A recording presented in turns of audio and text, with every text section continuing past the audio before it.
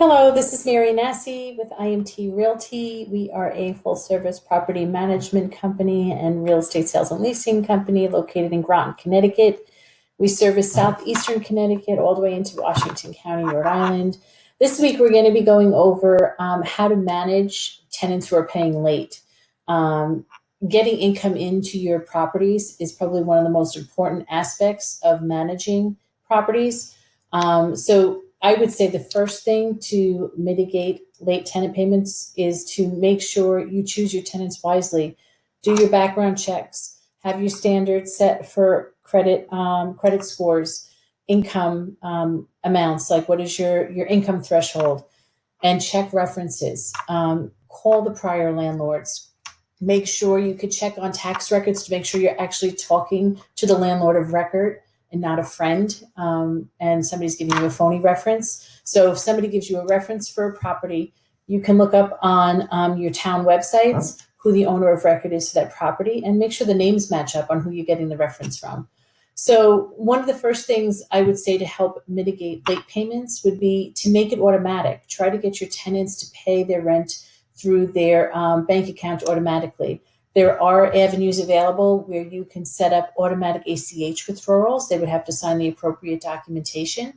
And that's almost bulletproof, except if the tenant doesn't have the funds in the account, you will get assessed a fee for that amount bouncing. But at least this way it gets rid of the I forgot to throw it in the mail, etc. One of the other things that we do is we have a no cash policy. We do not accept cash in our office. If you're a property management office, I highly encourage you not to accept cash.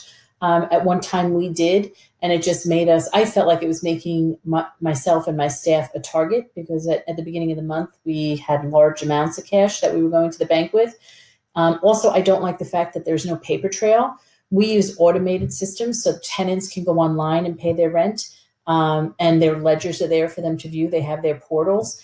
And it's just a great way. It gets rid of, no, I paid you on this date, you didn't record it, and so on and so forth. And even if you're just accepting a check, you always have the check number, the canceled check you can get, etc. If they lose the receipt, you lose the receipt. It just leaves there plenty of room for argument.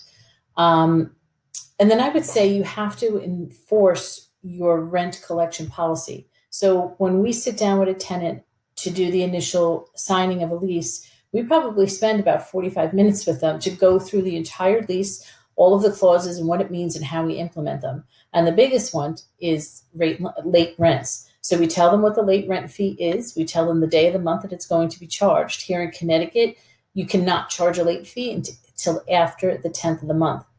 But on the 11th of the month, we charge the late fee. We also start making our phone calls to our tenants and start finding out why the rent isn't here if it's not paid by the 10th of the month.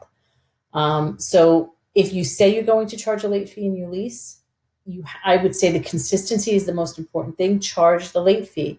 If you're not charging the late fee, they're going to get relaxed and not feel the need to pay their rent on time. So I would set the bar and try not to deviate from it. And then if they are late, the next item would be to ask them the appropriate questions. Why are they late? Are they going through, is there a loss of income in the household? Was it a one-time, maybe a car repair that came up? Well, what is the reason for the late payment? If you have a good tenant that typically pays on time, and they've never gave you a problem before, I don't think there's a problem with giving somebody a pass on a late fee if they've come across an unexpected hardship, but explain to them going forward after that month that you're going to charge a late fee and stick to it. I think the continuity and knowing that there are accountable measures when a tenant pays late is the best thing you can do. Tenants tend to talk to one another as well if you're managing or own a multi-tenanted property. If you're letting everybody get by without paying rent on time, they're going to continue to do so. And that 1 week paying late is going to turn into 2 weeks. And then before you know it, you're going to be getting your rent at the end of the month, which is basically a month late. The sixth item would be to make the consequences known. Make sure your tenants know what the consequences are. So again, it comes back to this is the late fee in your lease. If you don't pay by this date, you will be charged a late fee. Some leases have, if if you don't pay by the 10th of the month, you will be charged, a $50 late fee. And then if you don't pay within 10 days of that, it's going to be another, $5 a day until it's paid, et cetera.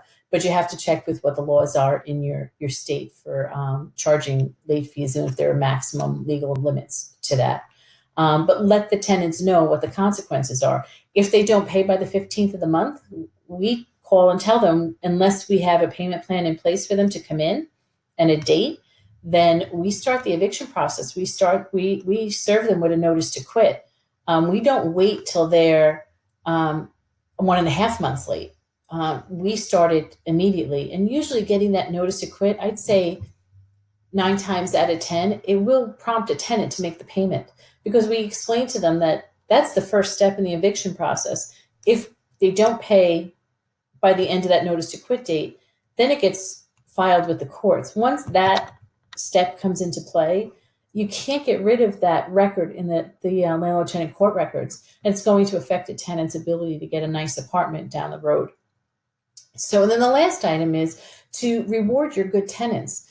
If you have a tenant that continually pays their rent on time and it takes care of the place, keeps it clean, makes sure the outside is tidy, just really is, your Class A stellar tenant, send them a gift card once a year. Send them, a bouquet of flowers, a bottle of champagne at New Year's, or a Christmas gift, or just, reward your good tenants, or give them over the holidays, a small rent credit, whether it be $50 or $100. It does definitely help with tenant retention.